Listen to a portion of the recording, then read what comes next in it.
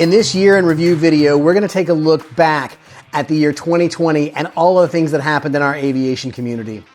Even though it hasn't happened yet, it was a wild ride. And with a little bit of bending of the space-time continuum, we're going to take a look back at all the things that will have happened in the last 365 days next year in aviation. We're going to see some wild airplanes. We're going to find out the fate of the 737 MAX. Of course, we're going to look at Oshkosh 2020 and everything that went down there in this just plain silly review of the year 2020.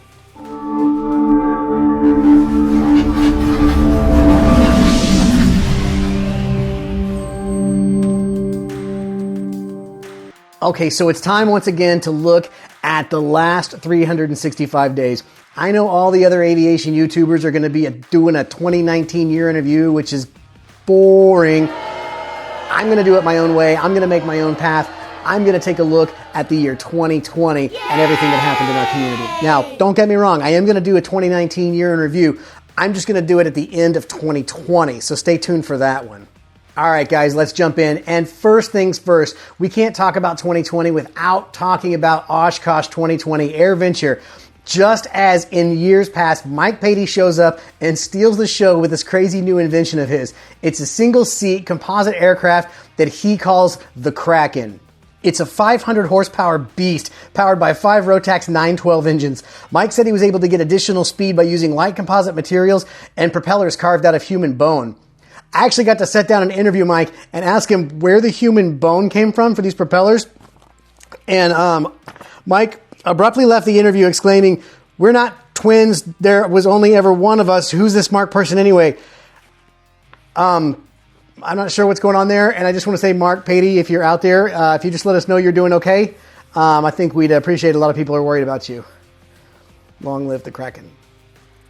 All right, next things next. We also can't talk about Airventure without discussing the bombshell Cirrus dropped when they showed us their highly secretive project, the Cirrus SR-377 Flymaster. It's a composite centerline twin with dual boom empennage and no parachute. That's right, this one doesn't need a parachute because it comes with 2 safety features. It has the auto land built in from Garmin, and it has a new proprietary thing that Cirrus came up with called the Cirrus Rewind. If you get into trouble, the onboard computer executes what's known as the Control-Z maneuver, rewinding your flight back to where it took off from.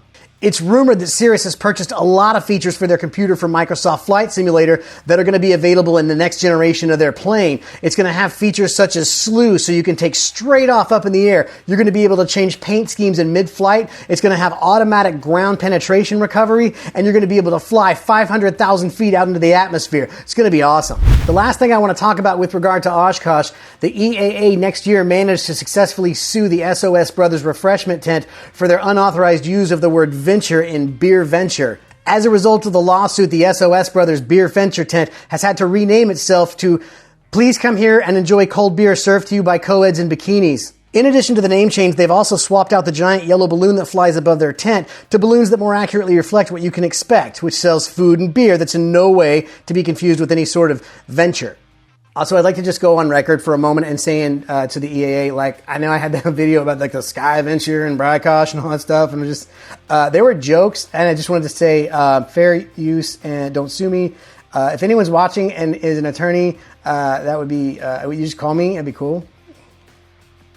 I'm never going to be on that social media platform at the EAA, am I?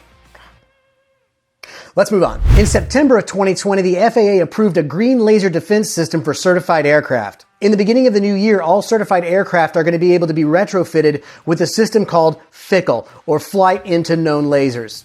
When a pilot gets hit with a green laser, it lights up his whole world. It can cause him to get really bad sunburn, skin cancers. It can dissolve his retina. It can give him the hiccups. It's a terrible, terrible thing. And so what they've come up with is a system whereby when the plane gets hit with the green laser, the aircraft will fire a barrage of incendiary rounds at the source of the laser, which will set the suspect on fire, making it easier for the authorities to identify the source of the lasing.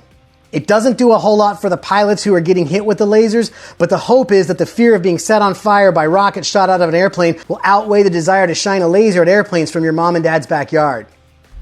Due to an unfortunate incident with the mail, the Bonanza at the Oshkosh Flying Club accidentally got their invitation swapped with the Mile High Club, and a bunch of people were duped into joining the Mile High Club. In a weird turn of events, the Bonanza, which had formerly been called the VTEL Doctor Killer, has now been rebranded the VTEL Baby Maker.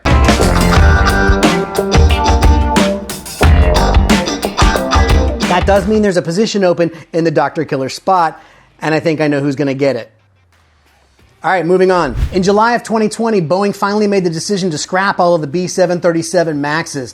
That same day, they managed to come out with a whole new line of aircraft they called the B-738 MAX. The publicist for the plane showed images of the aircraft and kept saying, "I swear it's a different aircraft, quit looking at it." All right, so that's it for my 2020 year in review. Come back this time next year to see my 2019 year in review. And hey, if you like this video or you like any of the videos, please click the subscribe button. My channel is still pretty small, but it does take a lot of time and a lot of money to keep this going. And subscriptions and views are what offset some of those costs. So I do appreciate everybody watching. Fly safe and fly smart. All right, one thing I want to do, I want to give a huge shout out and a big thank you to Mike Patey for letting me pick on him. If you don't know who Mike is, Mike and his team are the brains behind things like Draco, Turbulence, Best Tugs, and a million other aviation-related things. These guys are awesome. You should be following them on social media. I think right now Mike is working on building a 500 horsepower Cub called Scrappy that he's going to bring to Oshkosh. And if I'm right, I believe afterwards he's going to bring Draco back. Draco had an incident, and I think he's going to bring it back bigger and better than it was. So anyway, get on YouTube, look up Mike Patey, Flying Cowboys, Scrappy. All these guys are awesome, really, really fun to watch. And once again, Mike, thank you very much for letting me pick on you a little bit. I appreciate you letting me have some fun with you. This week, Kenny Loggins made headlines when he was removed from a screening of Top Gun 2 for bringing in a guitar and playing Danger Zone during the opening credits. That's so stupid. The Cirrus SR-377 Skymaster. I said it wrong.